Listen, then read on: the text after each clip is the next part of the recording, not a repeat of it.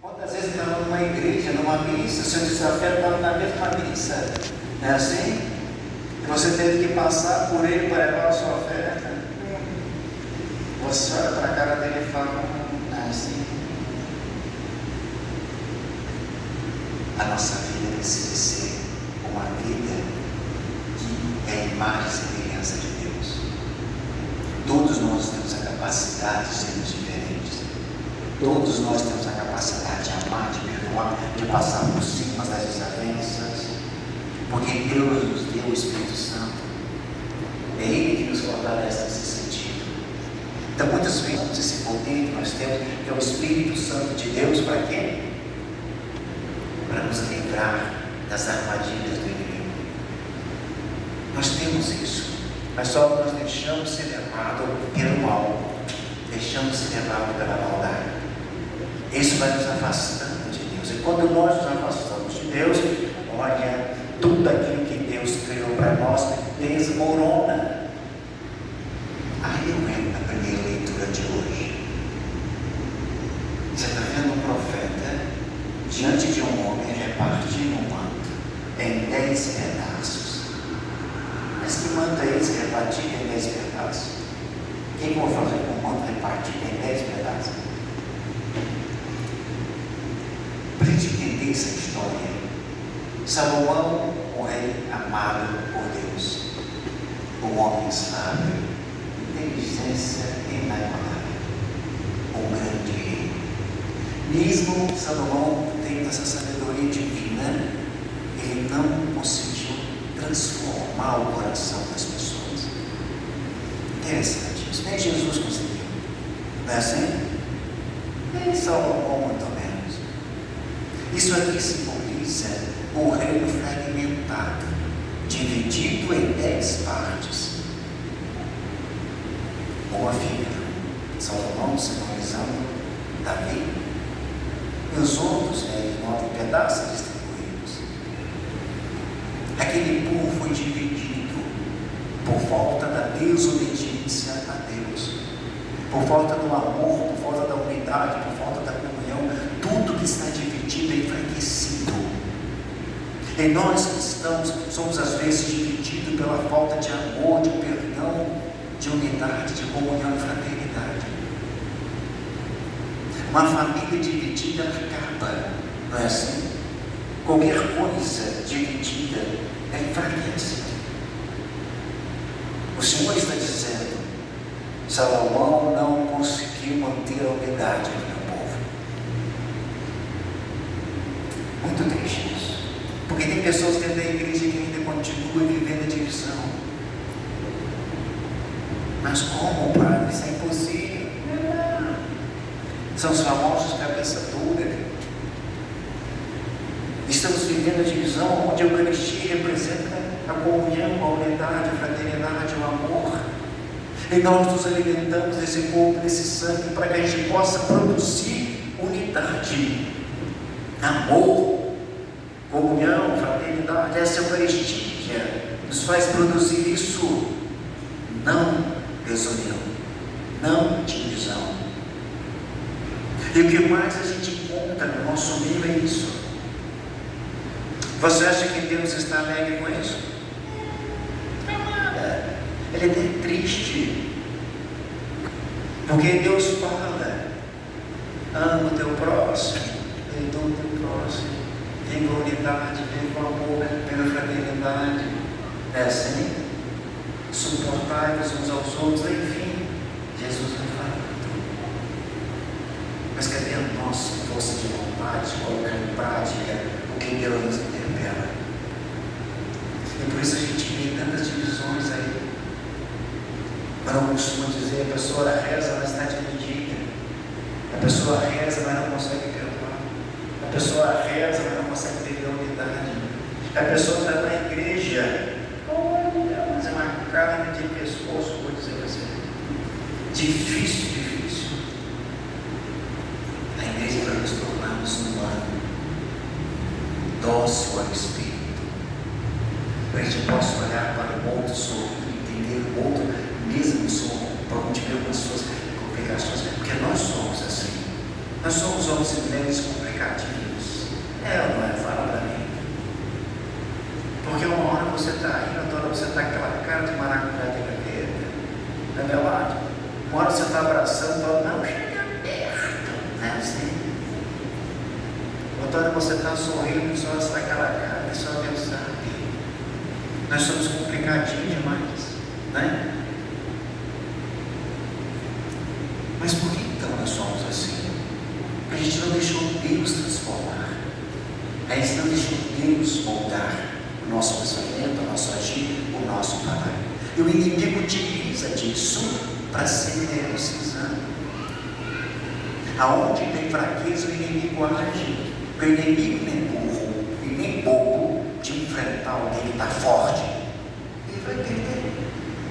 Não é assim? Se você está vivendo plenamente a vontade de Deus, a palavra de Deus, a ação de Deus na sua vida, nenhum inimigo derruba você.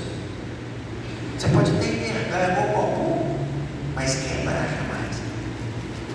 Mas se você não estiver fazendo a vontade de Deus, você está fraco, está uma portinha aberta para o inimigo, ele vem e derruba você. É a mesma coisa quando o casamento está mais ou menos, aqueles casamentos também assim, né? A mulher também é assim com o marido, o marido também é assim com a mulher. Não é verdade? Não tem casamento assim? É, não tem. E aí, como está esse casamento assim, meu amigo? O inimigo já começa a dar o jeitinho do marido. É uma palavra. O inimigo nem percebe nada, mas a partir daquele momento que começa a observar a vizinha, começa a observar a secretária, começa a observar isso, começa a observar aquilo, o inimigo, ele começa a fazer o cara ver coisas que ele não estava nem vendo, porque não há necessidade dele, né? É a mesma coisa com a mulher também. E aí o inimigo vai então e joga na cara daquele homem aquela mulher fenomenal, não é assim? Aquela mãe de cinema. Ele olha no espelho e fala: nossa senhora, eu sou feio, como sei o quê? O que é que essa mulher viu em mim? Ela não viu nada não, é o inimigo que está aí. Não é homem nada, não é assim? Nossa, essa mulher na minha frente, onde em casa com aquilo, pelo amor de Deus. É hoje que eu vou me abaldar. O inimigo faz isso. O cara mergulha como partido, depois que mergulhou, aquela mulher, puf, nele o casamento já foi para o brejo. É armadilha. É armadilha do inimigo. Se a gente não percebe isso, a gente dança. Todo casal que passa por dificuldade sempre vê alguém oferecendo o ombrozinho. Dá no meu ombro. É o inimigo agindo para destruir aquilo que Deus consagrou. E é na fraqueza.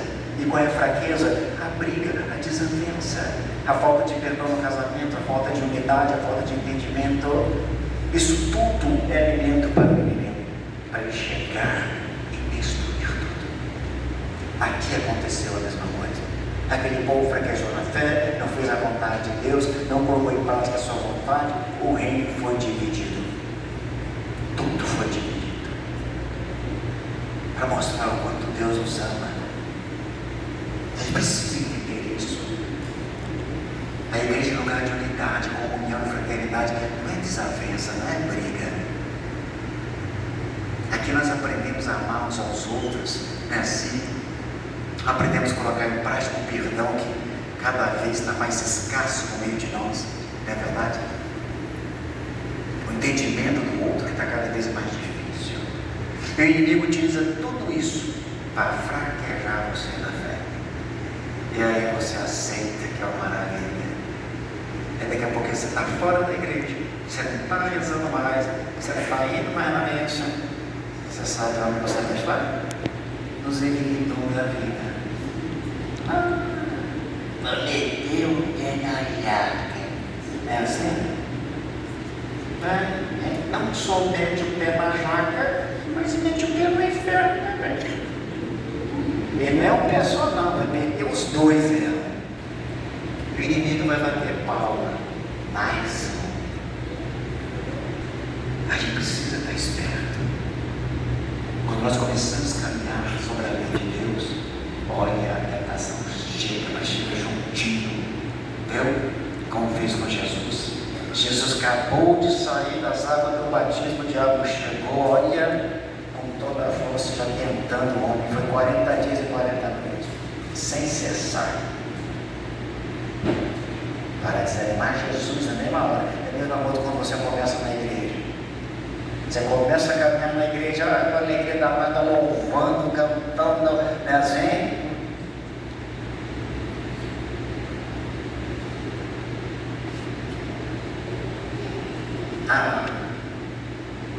O primeiro problema da comunidade é mãe e pai.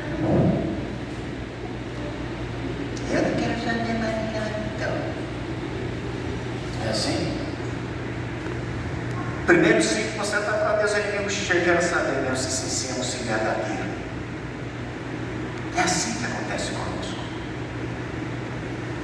As dificuldades vêm, problemas vêm, desânimo vem. Tudo veio para atrapalhar você na caminhada em Cristo Jesus. Tudo veio. Uma coisa impressionante. Mas se eu tenho fé, esses problemas não me vencerão. Se eu tenho fé, eu vou vencer. Por isso que Jesus fala: quem põe a mão no arado e olha para trás, não é digno de mim. Quer me seguir, pega a tua cruz e venha. Eu preciso entender isso. As pessoas acham que entrou para a igreja e está tudo fácil. Ah, não, querido. Você entrou na igreja, agora que o negócio vai ficar complicado. Agora é que a porca vai torcer o rabo. O negócio vai ficar difícil. Você deu sim para Deus? Pode esperar. Pergunta se alguém aqui na Bíblia, na palavra de Deus, que deu um sim para Deus, a vida foi tranquila. Fala para mim, me mostra um. Os discípulos foram tranquilos, a vida deles, nada. Maria, que deu sim para o anjo Gabriel, não foi. Todo mundo que deu sim para Deus, os profetas no Antigo Testamento, deram sim para Deus, pronto, a vida deles deram de cabeça para baixo. Entenda isso. Não é porque você está na igreja que tudo na sua vida vai ficar a mil maravilhas. Não vai, não, talvez fique pior. O inimigo joga pesado e joga mesmo. Ainda mais quando você começa a rezar, quando você começa a orar, quando você começa a seguir direitinho, bonitinho. Problema na família, problema no trabalho, problema com o vizinho, problema até com o cachorro, você tem problema. Até o seu cachorrinho, que era uma maravilha, se revoltou contra você. Negócio incrível. Incrível. Quando eu falei, vamos voltar a cabeça contigo, Espírito Santo, você nem sabe o que está acontecendo na minha vida. Nem sabe. Só porque eu falei, vou voltar com essa vida, está dando complicado. Ah, uma louca. Jesus sabia que ia ser assim. Mas as coisas de Deus é assim. É luta, é vontade, é querer. Os obstáculos vão aparecer, mas você tem condições de vencer. As tentações vão aparecer, mas você tem condições de dizer não. Entenda que você tem o Espírito Santo de Deus. E tem um Deus que passa curando e fazendo bem. Jesus no Evangelho mostra isso para nós. Ao curar o homem surdo e mudo. Assim que esse homem é curado, ele começa a louvar a Deus. Olha que maravilha. Começa a louvar a Deus, agradecer a Deus, gratidão, porque o Senhor me salvou, o Senhor me curou, o Senhor me devolveu a dignidade. Louvar ao meu Deus e Senhor. Segui-lo, fazer a sua vontade como forma de gratidão. Nós somos muito ingratos a um Deus que nos ama, a um Deus que dá a vida por nós, um Deus que quer somente o nosso bem. E nós fazemos muito pouco a esse Deus. Não fazemos quase nada. O pouquinho que a gente faz, nada. Né? Fazemos nada. Tudo tudo que a gente faz ainda é pouco, pela grandeza de um Deus que morre numa cruz por nós para nos dar salvação. Não pense que está fazendo muito na igreja, você não está não. Não está nada, estamos fazendo nem nada. Porque nós damos a Deus tempo supérfluo.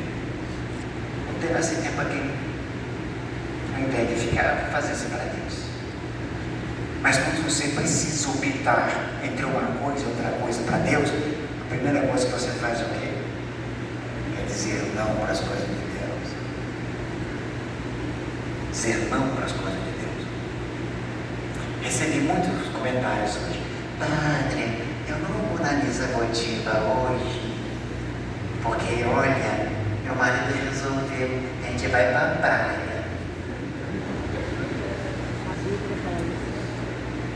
Aí olha, que Deus abençoe. É, padre, porque vai dar sol o carnaval inteiro. Olha que bênção, né? Vocês estão entendendo? Como é que o inimigo faz? Ela poderia ter dito assim, nós vamos na missa hoje, mas amanhã de manhã a gente vai para a praia. A praia continua lá, gente. É assim? Eu vou lá na missa hoje, vou rezar, vou orar, para que esse carnaval seja santo, seja isso, não aconteça nada de bom para mim, para minha família, para que tudo. Não, assim. Não, em primeiro lugar, é o meu querer. Tem muita gente que já meteu o pé para a praia. Ainda manda fotinha, hein?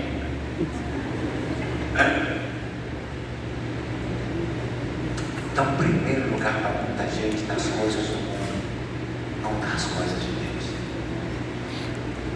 Eu, primeiramente, eu tenho que dedicar a Deus. O resto Deus vai me acrescentando. Se sou fiel no pouco, Ele vai me conceder muito mais. Mas cadê a minha fidelidade? Quando Deus exige de mim, eu digo não. Porque o mais importante é o que eu vou fazer para mim, ué. E aí? Ele precisa pensar direitinho. Nem aquele pensinho de ir para a praia, se divertir, se dar um tal. Claro, isso faz parte, isso é lúdico para a nossa vida. Deus também tomava banho, Jesus tomava banho, ele vivia a vida dele também, né? Assim. Mas ele não deixava de fazer a primeira vontade do Pai. Vontade do Pai está em primeiro lugar. Que seja feita a tua vontade, não a minha. Primeiramente, demos graças ao nosso Deus e Senhor. Depois o nosso particular, que Deus vai agraciando, né, no decorrer da nossa história. Deus vai derramando graças e bênçãos. A partir do momento que eu sou fiel a Ele, se eu não sou fiel, fica difícil. Não é assim? Esse povo da primeira leitura não foi fiel. Reino dividido. Muitas pessoas na palavra de Deus que não foi fiel, tudo deu para baixo. Então a gente precisa aprender. Está na hora de eu fazer uma opção. Deus em primeiro lugar ou não na minha vida? O que é mais importante? Porque você vai precisar de Deus para chegar ao céu. Você não vai precisar das coisas do mundo. E Deus é aquele que faz o bem, passa fazendo o bem. Cura o surdo, cura o mundo, para que eu possa ouvir a voz, escutar, e cura a minha língua, para que eu possa proclamar o reino de Deus. Essa é a nossa função neste mundo. Ouvir a voz de Deus e colocar em prática a sua vontade. Se nós quisermos chegar ao céu. Se não quer, vamos para o banquinho. Vamos deixar Deus de lado. É assim? E vamos para o ziriguidum. Não é assim? Vamos para a festa da carne. E lá a gente enfia o pé na jaca. A quarta-feira de cinza nem tem aquela cara mais deslavada. Me dá cinza, padre.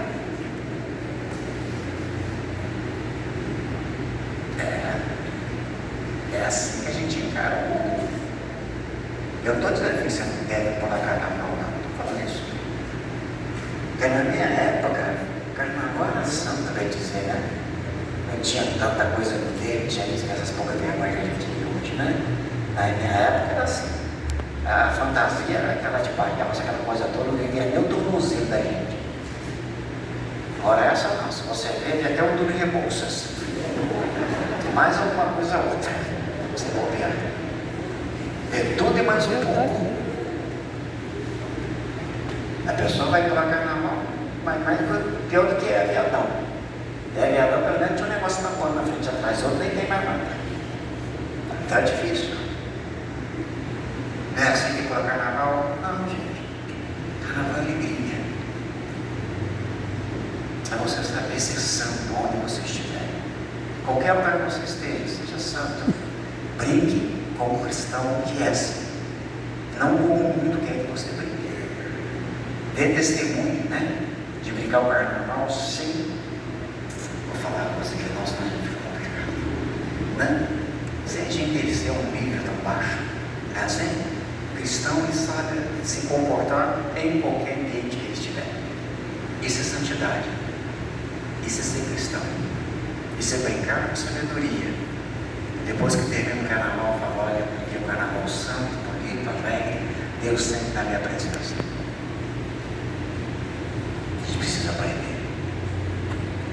Somos cristãos aonde nós estivermos.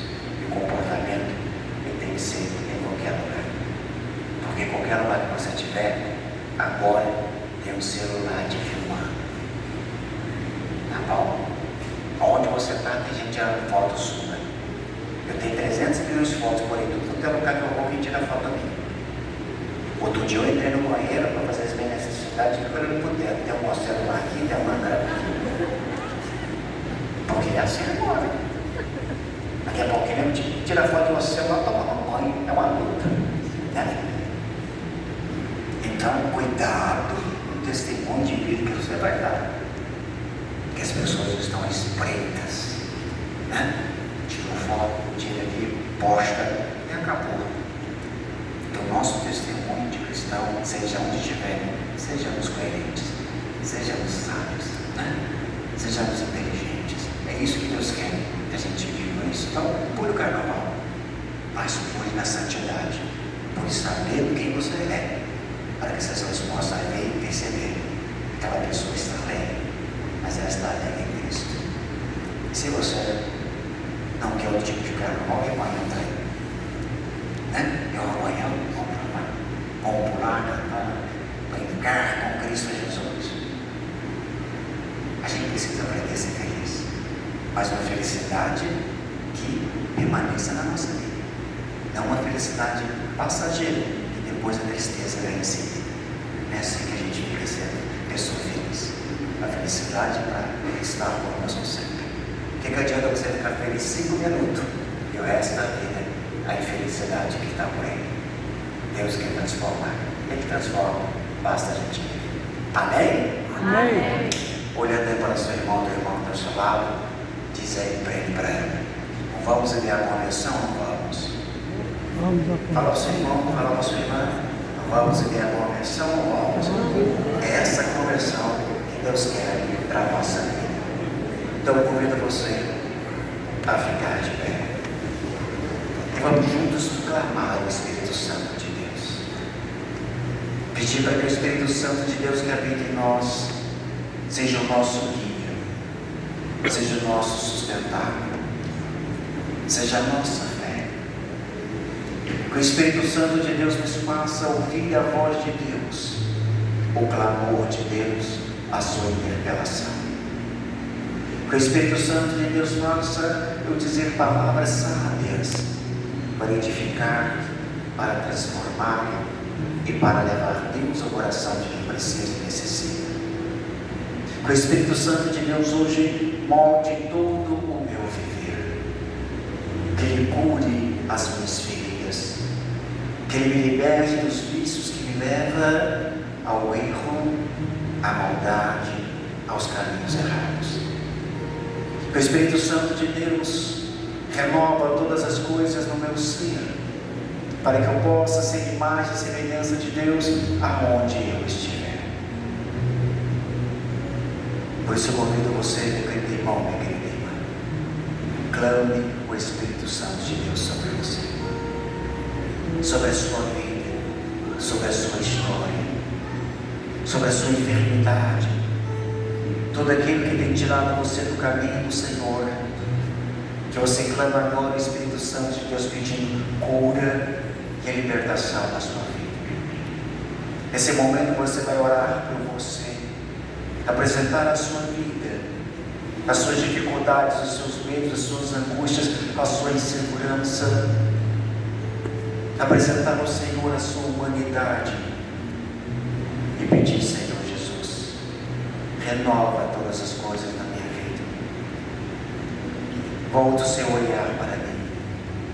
Olha a minha fraqueza, a minha fragilidade humana, Senhor, e me ajuda, Senhor Jesus, a superar tudo isso que me afasta de Ti, Senhor.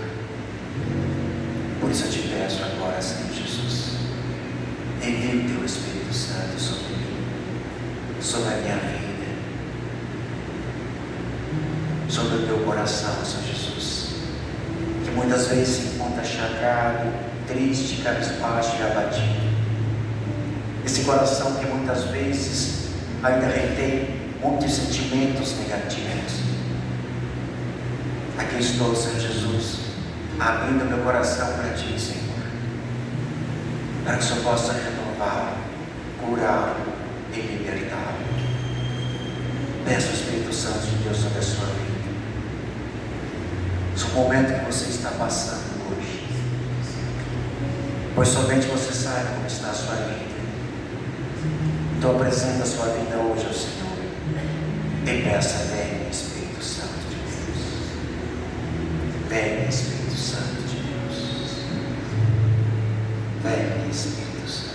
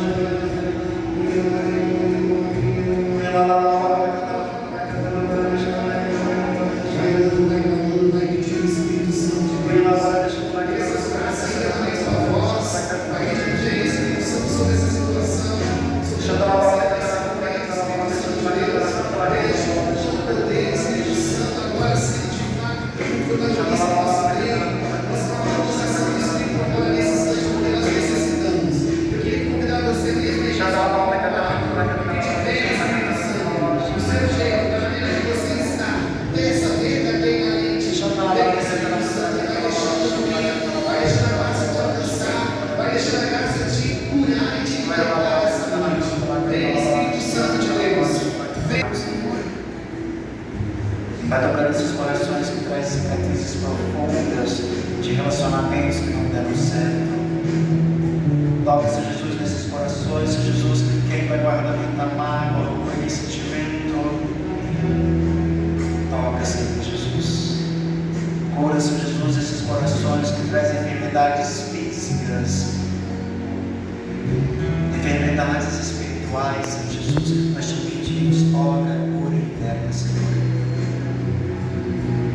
Toca, Senhor Jesus, esses corações que estão acorrentados pelos vícios, das drogas, do alcoolismo, dos remédios, tantos vícios que nos acorrentam, Senhor Jesus. Nós pedimos a libertação, a cura, Senhor Jesus, neste momento desses vícios que nos impedem, Senhor Jesus, de sermos felizes, Senhor. Nós te pedimos, Senhor Jesus. Cura, Senhor Jesus, o coração daquelas pessoas que estão com depressão, com síndrome do pânico, Senhor. Age com teu poder, Senhor. Age nas famílias, as famílias desestruturadas, famílias com dificuldade do perdão, famílias com dificuldade do relacionamento, famílias que vivem a perda dos entes queridos, Senhor. Vai tocando, Senhor Jesus, vai curando. Visite o leito dos hospitais, Senhor Jesus, e toque no coração daquelas pessoas que estão lutando pela saúde, pelas suas vidas, Senhor. Visite os leitos dos hospitais neste momento. Visite os leitos das casas também, Senhor Jesus, onde se encontram membros enfermos, Senhor. Vai agindo no teu poder, Senhor Jesus. Vai curando, vai libertando, Senhor Jesus, de todos os males físicos e espirituais. Nós te pedimos agora, Senhor Jesus. com a força do Teu Espírito Santo, Jesus, que caia por terra, Senhor Jesus, todas as insídias dos empreendimentos, Senhor Jesus, todo aquele que não provém de Ti, Senhor Jesus. Restaura a nossa vida, Senhor. Restaura a nossa fé, a nossa caminhada, Senhor. Nós te pedimos. Vem, Espírito Santo de Deus. Vem, Espírito Santo. Renova, cura, liberta todas as coisas, Senhor Jesus, todo o nosso ser. Pois aqui estamos, Senhor Jesus. Aqui estamos. Bendizemos o Deus Santo.